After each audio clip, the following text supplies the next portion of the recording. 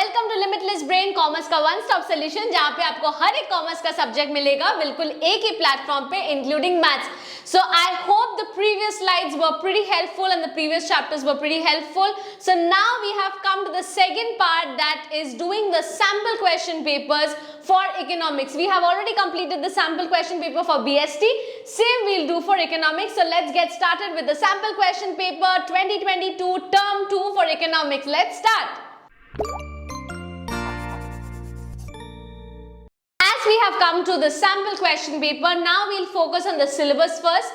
We know our syllabus has been divided into two parts, where we have national income accounting and also determination of income and employment, which I have already done previously. The second part that we have is infrastructure, employment, sustainable development, and the fourth that we have is a comparative analysis of India and its neighbors. That's it that we have for the syllabus. So now, as we can see, we have a particular pattern that we have marks division. So as we are all aware of, it's a 40 marks paper. Term 2, term 1 we have already appeared for 40 marks. Term 2 we are going to appear for 40 marks as well. So now ये 40 marks में हम लोग का marks division accordingly given है CBSE syllabus के हिसाब से. We are preparing accordingly. I'm sure you guys are preparing. So now we have come to the next part, where we'll talk about कि individually क्या कौन सा चैप्टर क्या important है, वो हम लोग बाद वाले वीडियोस में बताएंगे.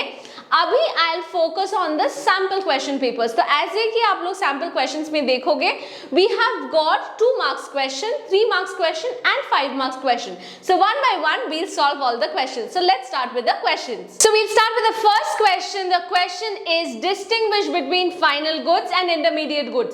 क्या है ये final goods? Final goods is any kind of goods that is consumed by us or which is used for the investment purpose. Supposedly आज हम लोग फुचका लेके आए तो खा लेंगे उसको, that is my final goods. Intermediate goods मतलब the goods which can be used for reselling some product, that is my intermediate goods. Supposedly मिर्ची लेके आए, अब मिर्ची तो कच्चा खा नहीं सकते, so if I'm going to have that, so I'm going to put it in the puchka or I'm going to put it in some kind of a sabzi. So that is my intermediate good which can be used for resale, for reusing or for making any kind of product. So this is what my final and intermediate goods is. So the next question, that is you have to find a difference between positive externalities and negative externalities. What is this positive externalities? Positive externalities is such when some benefit is caused by one entity without being paid for. पे नहीं करना पड़ेगा but फिर भी benefit मिलेगा. Negative externalities मतलब just the opposite.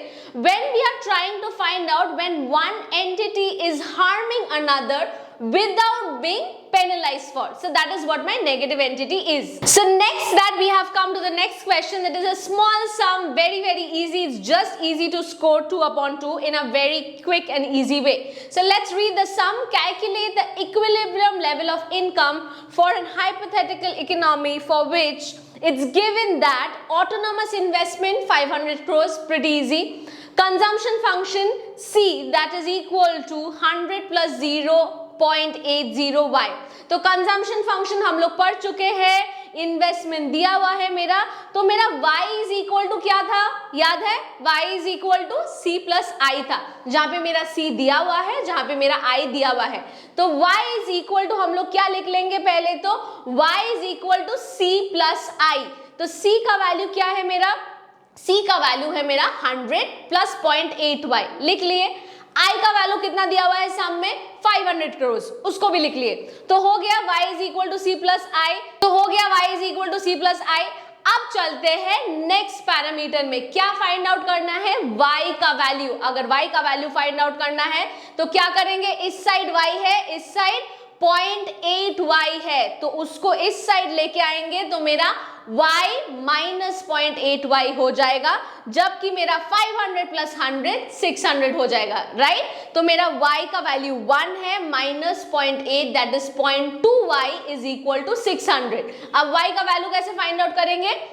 y is equal to 600 divided by 0.2 which is equal to 3000. बहुत easy सम है, ऐसे करके 2 मार्क्स मिल जाएगा मेरे को.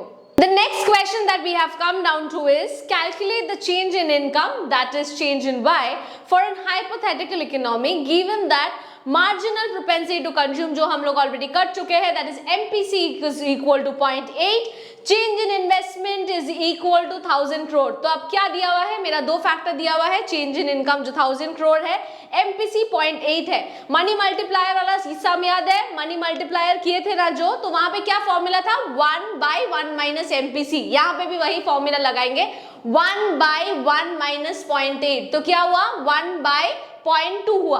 ओके, सो 1/0.2 मतलब 5।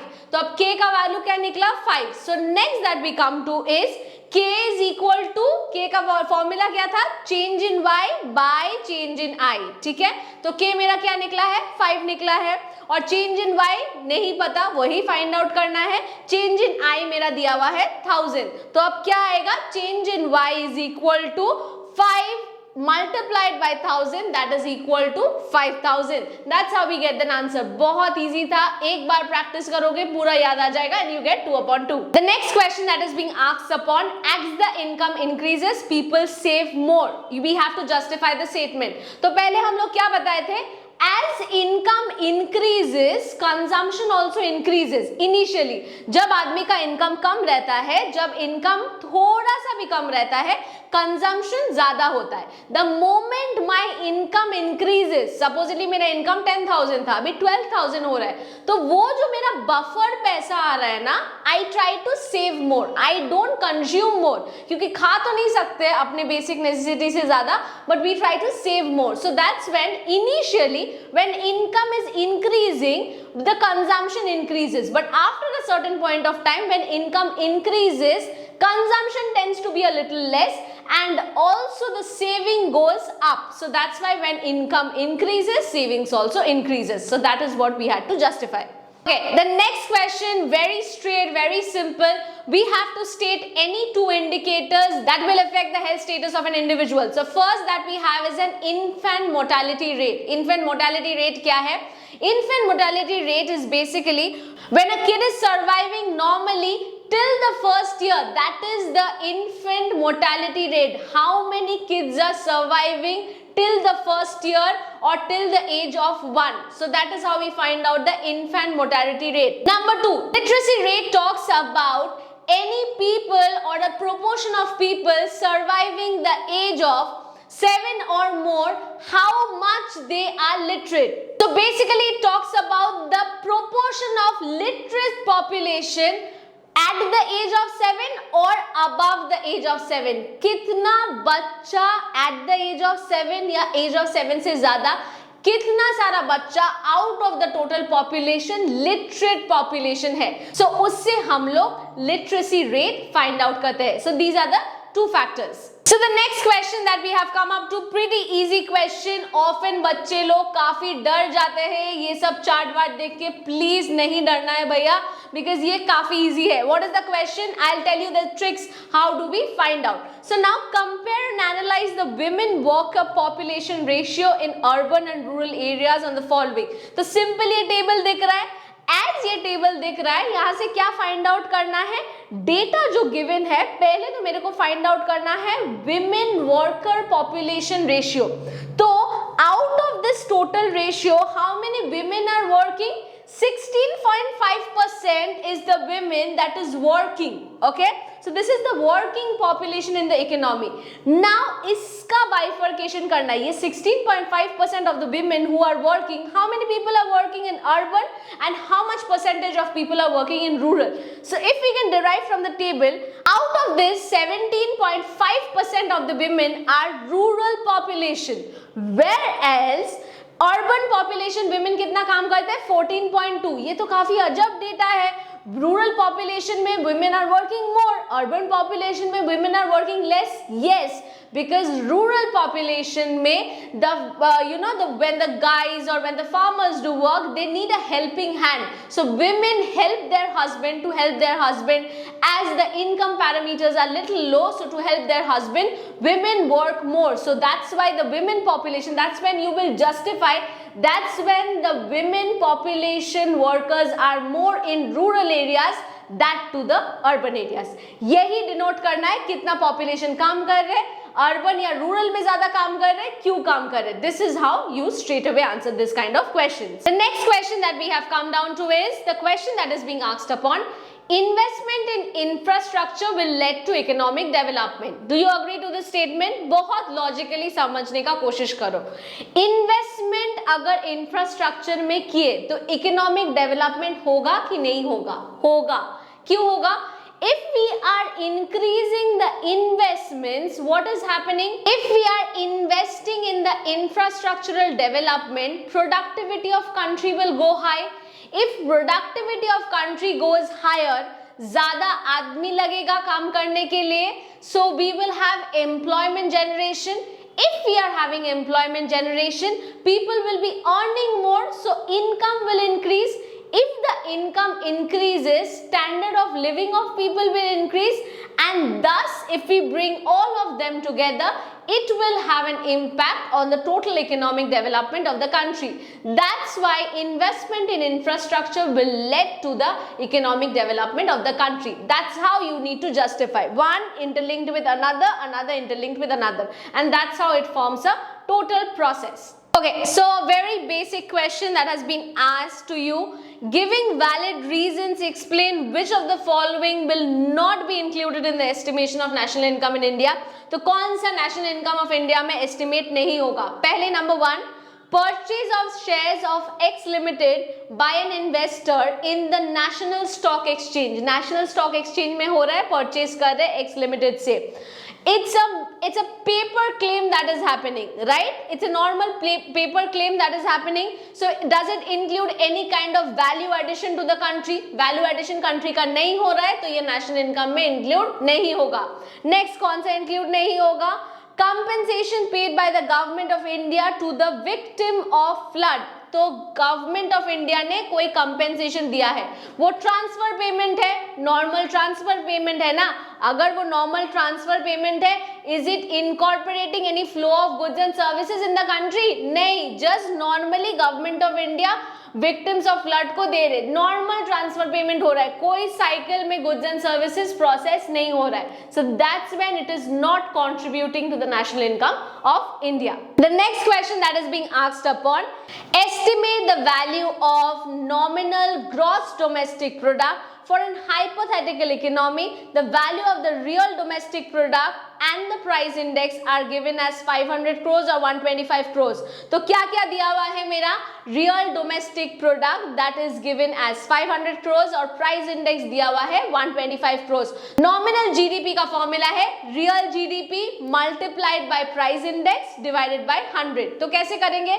मेरा real GDP 500 दिया हुआ है तो real GDP के अंडर 500 मल्टीप्लाई प्राइस इंडेक्स कितना दिया हुआ है मेरा? 125 करोड़. तो प्राइस इंडेक्स की जगह 125 crore, we'll divide that with 100. So that if we do the calculation, it is coming as 625 crores.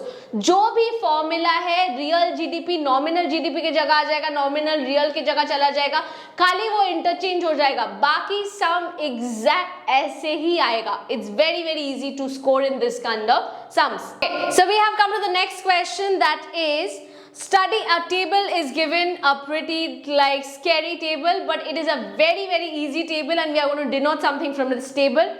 So study the following information and compare the economics of India and Singapore on the grounds of investment in infrastructure as a percentage of GDP. Read the following text carefully and answer the question. So now what is the question that is being asked upon? First of all, we have to pay attention to certain parameters. That is the first question that is being asked upon.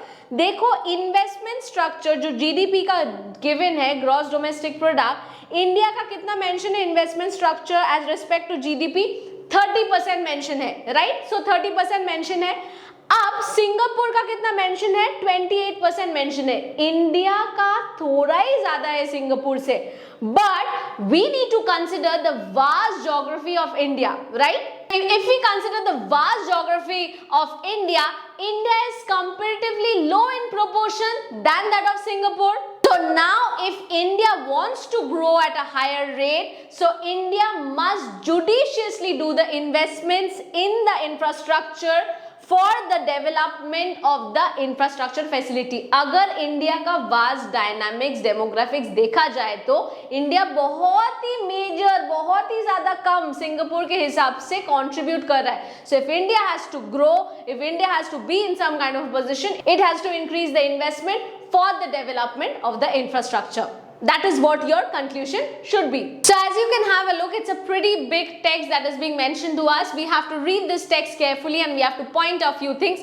We need to just go to the question and then find out the main portions from this text. So now if we read question number 8, let's read the question first and then get the answer from this. So now this is basically that we have done before, like paragraph kind of a thing. So let's have a look. Read the following text carefully and answer the question 8 and 9 given below. Question 8 goes like, outline and discuss any two economic advantages that China-Pakistan Economic Corridor CPEC accruing the economy of Pakistan. तो कैसे दो point है मेरा? पहले दो, if we can have a look, China is providing financial and technical expertise to Pakistan. वो तो एक है मेरा, China is providing financial and technical expertise to Pakistan. It is also helping to build the road, infrastructure facility and all of that. तो वो तो एक point हो गया मेरा. Number 2, if we can have a look at CPCE is also increasing the power generation capacity in Pakistan. पहले it has brought a great supply chain constraint in the nation. So that's when, which had made the blackouts a regular phenomena across the country.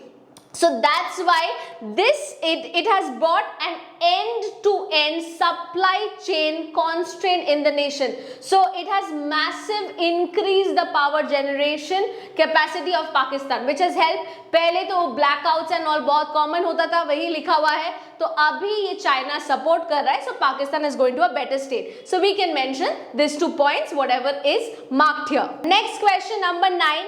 Analyze the implication of bilateral debt trap situation of Pakistan vis-a-vis the Chinese economy. काफी important question है. From this paragraph, what we exactly pick up? You know, China has become a very famous debt trap diplomacy in the recent times. So China is providing financial and technical expertise to Pakistan, जैसे कि यहाँ पे mentioned है, right? It is also providing various helps to other nations as well. So now, first and the foremost implication when we talk about is that diplomacy is that Beijing has now become the Islamabad's largest creditor. ये तो पहला important है. Beijing Islamabad का सबसे largest creditor हो गया.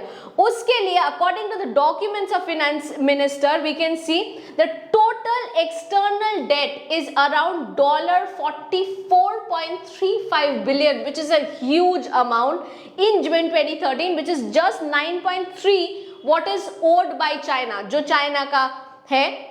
By April 2021 जो हो चुका है, external debt has been ballooned to 90.12 billion. सोचो ये jump with the owing 27.4% to 24.7% as the total external debt to China according to the IMF data. So इतना जो सारा improvement हो रहा है, चाइना अल्टीमेटली डेट टैप में पड़ा हुआ है. इसको उधार दिया था, ये पैसा वापस नहीं कर रहा है, तो ये बस बढ़ रहा है, ये बस बढ़ रहा है.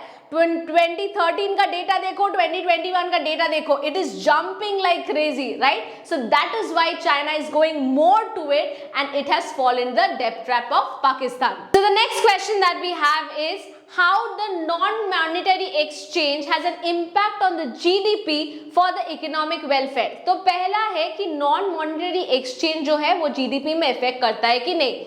Non-monetary exchange do not have an impact on the GDP of the country. Why? Because it is not included in the GDP of the country, as this wrong estimation might include the practical non-availability of data or non-reliable data. ये एक problem हो सकता है, इसीलिए include नहीं करते हैं. Though this kind of activity will lead to public welfare, no doubt, but this might cause the underestimation of the GDP. Like for example, kitchen gardening service, homemaker. तो ये अगर GDP में सब contribute करने लग गए, तो GDP का value estimation गलत हो सकता है, right? So that's why public welfare के लिए जो है उसको public welfare के लिए रखेंगे, उसको GDP में we would not include. So the next question that we have is, monetary measures often give us a valid solution to the problem of inflationary gap. You have to give any 2 parameters to do such. So any 2 monetary measures देना पड़ेगा. पहले तो increase in cash reserve ratio. कैसे? अगर cash reserve ratio central bank बढ़ा रहा है, तो कॉमर्शियल बैंक का क्या होगा? Commercial bank will face some kind of a problem, they will face some kind of a crunch. So as they will face some kind of a crunch, it will lead to the fall of the aggregate demand. अगर ये fall of aggregate demand होगा तो क्या होगा? Inflationary जो gap है वो controlled होगा. Next that we have is selling of government securities. So if the central bank is selling the government securities, commercial banks are purchasing it. Commercial bank do not have funds to credit it away, so that will fall in the aggregate demand yet again, and if it falls in the aggregate demand, it will show a monetary crunch which will have an impact or controlled inflationary gap in the economy. So the next that we have is, from the following data calculate the value of domestic income. काफी easy है, खाली data को follow करना है और value निकालना है. सो क्या है मेरा? डोमेस्टिक इनकम बोला है. डोमेस्टिक इनकम मतलब net domestic product at factor cost. ये डोमेस्टिक इनकम मतलब ही एनडीपी एट फैक्टर कॉस्ट. तो एनडीपी एट फैक्टर कॉस्ट क्या होगा? पहले मेरा कॉम्पेंसेशन ऑफ एम्प्लॉइज आएगा जरूर आएगा 2000. नेक्स्ट मेरा कौन सा आएगा? रेंट एंड इंटरेस्ट जरूर आएगा 800. नेक्स्ट मेरा इनडायरेक्ट टैक्सेस आएगा क्या? नहीं आएगा. इनडायरेक्ट टैक्सेस नहीं आएगा, छोड़ दियो उसको. नेक्स्ट मेरा क्या आएगा? Corporate tax. बिल्कुल मेरा कॉर्पोरेट टैक्स आएगा 460. After corporate tax that be taken into consideration, next क्या लेना पड़ेगा? कॉर्पोरेट टैक्स के बाद हम लोग कंजम्पशन ऑफ फिक्स कैपिटल लेंगे क्या? बिल्कुल नहीं लेंगे. नेक्स्ट हम लोग सब्सिडीज लेंगे क्या? बिल्कुल नहीं लेंगे. तो नेक्स्ट क्या चलते हैं जो हम लोग को देना? डिविडेंड. डिविडेंड लेना पड़ेगा. Yes, 940 dividend is what we are taking into consideration. Undistributed profit रह ये ना, रिटेन्ड अर्निंग्स वो रह गया. तो 300 rupees that we are taking into consideration. And finally net factor income from abroad. बिल्कुल नहीं, फैक्टर कॉस्ट में तो आएगा ही नहीं, तो उसको हटा दिए. और mixed income of self employed, mix income of self employed जरूर आएगा प्लस 200. सो 2000 plus 800 plus 460 plus 940 plus 300 plus 200, that is coming down to total करके 4700 crores. So the next question that we have is distinguish between value of output and value added. Value of output क्या है? Value of output is basically estimating the products and services in the country, the goods and services which includes the change in stock and the production. That is what my value of stock look like. Next that we have value added. Value added क्या है? Value added क्या है? It is the excess value of output over the consumption. जितना मेरा output कितना ज्यादा है consumption से. Okay? That is what we mean by value added. Okay, we have come to the next question, that is, given the following data, find out the net value added at factor cost by Sambhav, a farmer producing wheat. So बहुत सारा चीज दिया हुआ है, यहाँ से मेरे को NBA at factor cost निकालना है. काफी इजी है. क्या क्या लेंगे यहाँ पे? फर्स्ट तो लेंगे sale of wheat by a farmer in the local market, वो तो आएगा ही ना 6800. नेक्स्ट क्या लेंगे? Purchase of a tractor. नहीं लेना है. परचेज किए है ना, खर्चा हुआ है, नहीं लेना है. नेक्स्ट थर्ड क्या है? Procurement of wheat by the government from the farmers. Government में दिया है तो अच्छा बात है, 200 रुपीज ऐड करेंगे. उसके बावजूद क्या करेंगे? Consumption of wheat by a farming family during the year. तो consumption of wheat by a farming family during the year consumption किए हैं तो वो भी 50 रुपीज ऐड कर लिए हैं.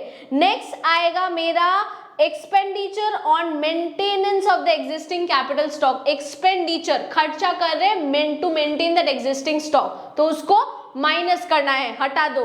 फिर क्या प्लस करना है? सब्सिडी दे रहे ना गवर्नमेंट, उसको प्लस करना है. 6800 plus 200 plus 50 plus 20 and minus 100 if we come across to 6970 crore is the value of NVA at factor cost. Next question, state any two components of net factor income from abroad. Net factor income का two components, कोई भी दो components दे दो. Number one that we have net compensation of employees, ये एक हो सकता है. Number two that we have net income from property and entrepreneurship, ये भी हो सकता है. Number three that we have net retained earnings of resident companies abroad. यहाँ पे कंपनीज अब्रॉड में है, उसका नेट रिटेन अर्निंग्स क्या हो सकता है? This will be my NFIA components. ये क्वेश्चंस काफी बड़ा है, थोड़ा जेनरिक क्वेश्चन है बट आंसर काफी इजी है. तो क्वेश्चन पढ़ते हैं. Pesticides are chemical compounds designed to kill pests Many pesticides also pose health risk to people even if it is exposed to nominal quantities. Come quantity में भी तबीयत खराब हो सकता है.